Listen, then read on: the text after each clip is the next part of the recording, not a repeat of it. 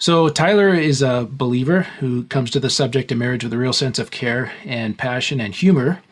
And he's biblically informed, and he's also research informed in his approach to marriage, which I think resonates really well with what Verlinda and I do as well. So we're really excited to have Tyler on the show today. We're delighted to have you and delighted to introduce you to our audience as well. So welcome. Thanks, Caleb. It's great to be here, man. Yeah. Good. So let's just start by helping us to get to know you a little bit better, Tyler. Sure. I love people's stories. Can you tell us about how you and Annalie met and got together? Of course. We actually met when I was, I just got out of college. So I was 23, I believe. I had $800 in my pocket, jumped in my car in Nashville, Tennessee. Yeah. Drove to Los Angeles and was going to plan to spend the next couple years there. And came into town, met my friends at I believe it was a church service at the time. And she was the first person they introduced me to that was someone I didn't previously know. Mm-hmm. So it's kind of a crazy deal. She was the first Los Angeles native, or technically not native, but we met that first night. It took me about 6 months to get the courage to actually talk to her. Okay. So I was incredibly intimidated by her. She's this beautiful little actress, Hollywood, very confident. And here's me, this 23-year-old that had just gotten out of college, and the bright lights in LA were a little intimidating. So it was great, though. And then after 6 months, I kind of worked up the courage, and we ended up dating for 9 months, I believe. We broke up twice during those 9 months, which is, I'm sure, a different conversation. Okay. Yeah. And then ended up I had an incredible kind of moment with God, epiphany experience, where I realized that love is more a choice than it is kind of a God ordained, this is who you're going to marry type thing, at least in my experience.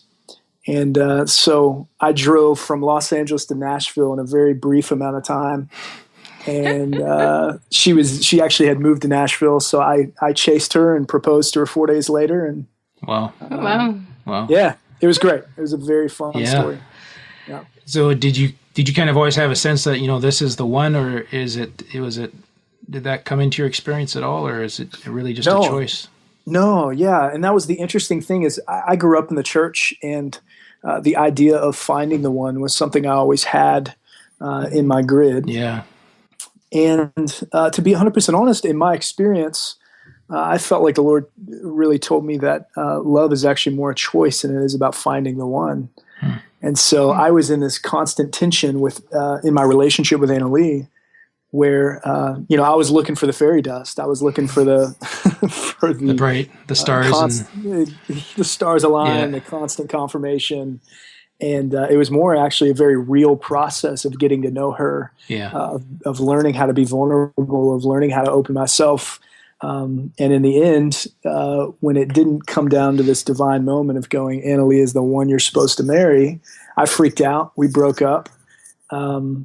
And then, like I said, I had a really amazing experience where I felt like God really spoke to me about it being more a choice than it is a divine kind of, a divinely established thing, so to say. Yeah. So let's just unpack that a little bit more today, Please. because I think our listeners would really love to understand that better in our marriages. Talk about that sense of choice, and it's not just all the stars aligning, because I think what happens is you can come in with the sense of this is God's will and therefore it has to work, and we can actually kind of back off the gas and slack off in our marriages as a result of being convinced of that. But tell us about that choice to love and what that means, what that looks like. Yeah, no, 100%. I completely agree. But, here's the thing is I've met couples that I really significantly look up to, and their marriages are what I consider to be incredibly healthy, even 10, 20, 30 years in the game. And they would absolutely say that they found the one in their experience. That's fair enough. So by no means am I saying that's wrong and the way I experienced it is right. However, it was almost like God had to do it this way for me, simply because, like you just said, I I would be a whole lot more comfortable in the process of just having God speak to me about it, and then it being a step of quote unquote obedience. Yeah, then you wouldn't need faith, right? Then I wouldn't need faith, and I wouldn't actually have to deal with the level of issues and baggage that I brought to the table, which in our dating relationship came up readily. So, yeah, for me it was brilliant. The way he kind of architected it, the way he gave me that moment of epiphany was something that I absolutely needed to know. Or to come into the marriage context with Annalee. And we even talked about it. In fact, we mentioned it a couple weeks ago where we were going, man, if we didn't have that breakup process and then that massive transition or that paradigm shift for me and my mentality of the choice that love is, then we've had several moments in our marriage where that we've come back to that. And it's been a powerful kind of foundation that we were able to build in the process of dating and engagement that, like I said, has helped us years into marriage. Yeah, I can see how it really give you something to carry with you as like a touchstone of the meaning that you associate with your covenant relationship. Does that kind of resonate? For sure. Yeah. Yeah, absolutely. Cool. So what did your first couple years of marriage look like? Like before you wrote the book, before you figured this all out? Oh man, I should say the first year of marriage was amazing. Okay. We had a really, really amazing experience. We actually committed, and this may be unique to most people's experiences, I don't know, but we kind of committed to do counseling for the first year of marriage. So every 2 weeks we would go sit with a third party, and it was the same counselor, same couple actually, and just talk through kind of what we were experiencing. And the original goal was to basically just get some tools to be able to handle some of the stuff that inevitably we knew would come up in learning life together. And that proved to be so invaluable to us, especially during that first year in terms of learning a new language together, in terms of learning how to live in that radical proximity and the way that tends to bring up some of the deeper, even childhood issues. And first year was amazing. We actually stopped doing counseling, and I don't know that this was the cause of it, but about 18 months in, we started to hit what I would say is just the same emotional walls together. And that's the point, and like I said, about 18 months in, that's the point that we really began to experience some of the more challenging edges of marriage. And, once again, chatting with different married couples, it's different for everybody. Once again, there are couples that I so respect that say they rarely have ever fought in marriage. For us, the experience was radically different. Stuff hit the fan about 18 months in, and I, in particular, was forced to deal with a lot of my misconceptions I brought to the altar, a lot of my own kind of personal, emotional shutdownness and just the issues in my life that I hadn't necessarily confronted previous to being in radical proximity with Annalee. Does that make sense, or am I just... No, that... Absolutely, yeah. It makes sense, and even in my own experience kind of resonates with the whole, I think, as men, we're really socialized to not be the emotional creature, to not take responsibility for the relationship, and when I started in our marriage, my feelings and all that stuff, it was just a big dark lump in there, and I couldn't name any part of it. You know what I mean? It was just a big black hole. And it takes us some work to be able to find the language and learn the language to talk about that and use that as a segue to deepen intimacy too. Yeah, it's great language for it. Certainly my experience. Yeah, for sure. So what you said there is, I think, is a good kind of way to shift over to you're talking a little bit about your book and how that became a part of your journey, because I understand that you have a career or had a career. I'm not sure if you're full-time with the book side of things now or what, but you had a career with rebranding for corporations. Certainly, yeah. And it still is. That's how we pay bills. Yeah. That's the day job, right? That's the day job. That's awesome. So your title, sorry. Go ahead. Yeah, I just was going to say, I've got a creative agency, essentially, that helps companies. Branding is one of our offerings, right, among several other services. But yeah. Right. And so the main part of your book title is Marriage Rebranded. So help us to understand that marriage rebranded. How did you rebrand marriage? Certainly, yeah. I went through a personal process of having to confront some of those misconceptions I mentioned about marriage, about what it was going to be like, about how good I was going to be at it, and coming to grips with the fact that I was actually very bad at marriage. And the rebranding approach is really, it's both a cultural play. In other words, I feel like culturally speaking, the concepts, the practice, the experience of marriage really does need a rebrand. And I feel like it would be really healthy for us as millennials to kind of reboot on our perspective of a marriage and push the reset button and just be able to go, what is this thing really all about? Our parents' generation, they took it and they apparently were given a version of marriage that wasn't worth much more than a 50% success rate. And as any generation before them have kind of added their own mixture of stuff to it. And then they passed it on to us. And so the challenge is to kind of go, hey, let's rebrand this thing. Let's get to the original meanings of what God really created marriage to be. And let's attempt to press reset in our own lives and on a cultural perspective as well. Mm-hmm. And the reason I think I wrote it in that framework is just because that's exactly what I had to go through in my own life. I had to deal with the misconceptions, with the kind of unhelpful mentalities that I brought about marriage to marriage. And in the process of that, it was about a 3-year process of putting the most basic assumptions that I brought to marriage on the testing block and going, all right, is there anything really to this? In other words, God, what do you really, what do you think about this assumption or this, idea or this expectation that I brought?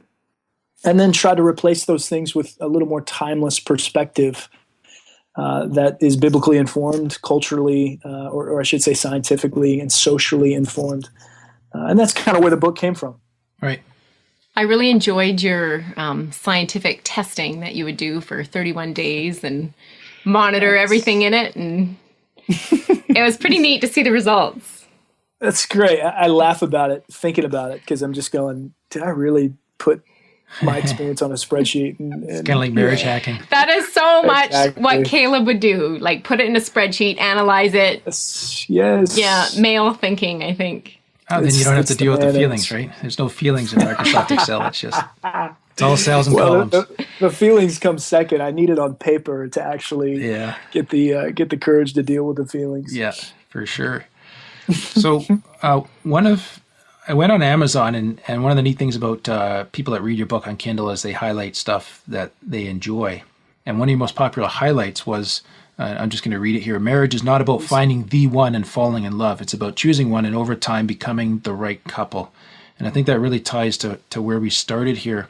Can you give our listeners something that they can really take with them about how they can do this in their marriage if they want to start thinking differently and even behaving differently today? Where can they start with that, Tyler? Yeah, no, that's a great question. In the intro of the book, or chapter 1, I should say, the invitation is to really push the reset button and not necessarily to just forget all the experiences you've had, good and bad, in marriage, or if you're pre-married, obviously the experiences you've seen your parents have and the other people in your life have. But it is to kind of go, you know what? Let's redefine this thing in my own life. And I would say that every marriage is going to be different. I think one of the challenges we're up against in our modern day is we tend to be, like we just mentioned, very practical, and we tend to want kind of the formula. And I'm the worst when it comes to that. However, I would certainly say to someone saying, how do I rebrand my marriage, so to say? I'd say there's no formula. I would say you and your spouse have a very unique equation between you two. And more than anything, I would just begin to value or begin to understand or seek to understand, so to say, that how valuable your connection, your relationship actually is, not only to your own life and the ROI it has on your own life, or the return on investment that it actually can have in your own life, but how valuable it is to your spouse and their contribution, not only to the world around them, but to your kids or your future kids. and the value it has and the impact it has on your kids or your future kids, on the community around you. In other words, I think one of the largest issues, especially as men today, is we just don't understand the value of this relationship. I think we've seen so much divorce. I think we've had so much confusion surrounding the conversation that oftentimes we kind of have to start at the core level of going, okay, I'm going to choose to believe that my marriage is the most important thing in my life. Yeah.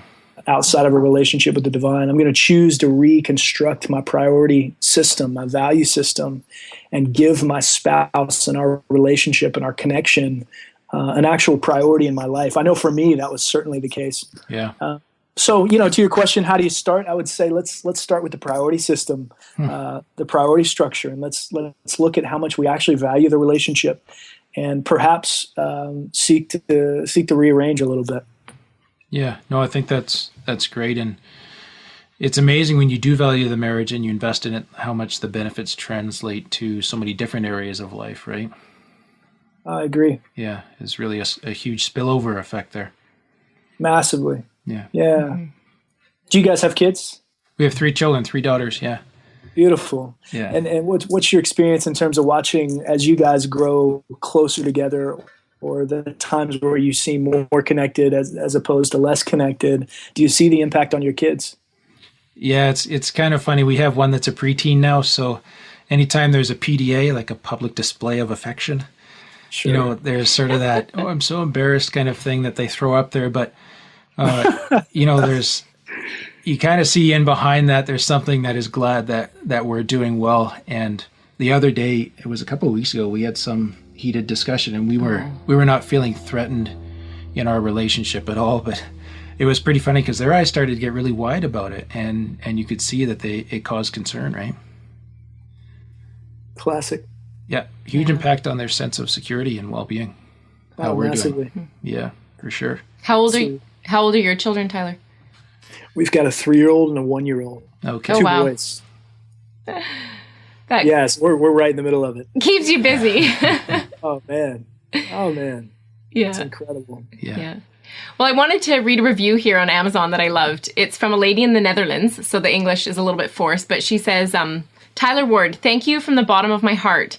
The way you have put all these things I vaguely knew revolutionized the way I look at my marriage and gave me the hope I so desperately needed that we can get through this. And my hopes of what marriage is are not unique, strange, or unattainable.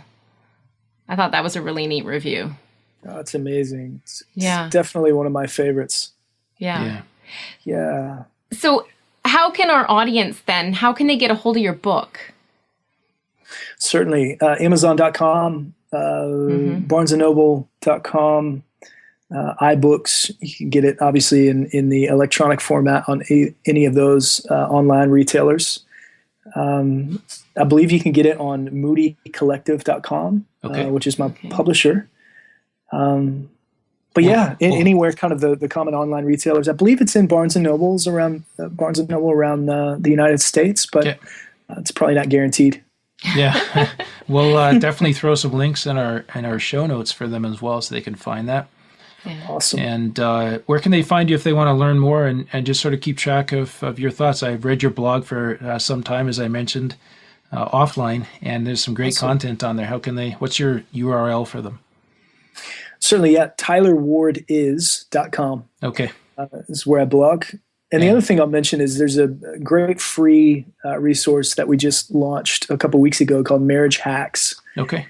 And that's at a website called noisetrade.com. Okay. The ebook side of Noise Trade, of what they do there. Sure. But it's great. It's 25. I basically interviewed kind of 25 experts on what their best piece of marriage advice is, and just compiled a free giveaway ebook. So please go download that, and that'll get us. You exchange your email for that book, which will get you on my email list, and so we can keep in touch that way, which is the preferred method. Okay. Awesome. Great. Really appreciate your time with us, Tyler. And I think, this is going to inspire our audience just hearing your story. And I know, it's always wonderful to have hope in our marriages, as we read with the review there. So that's beautiful. I so appreciate it.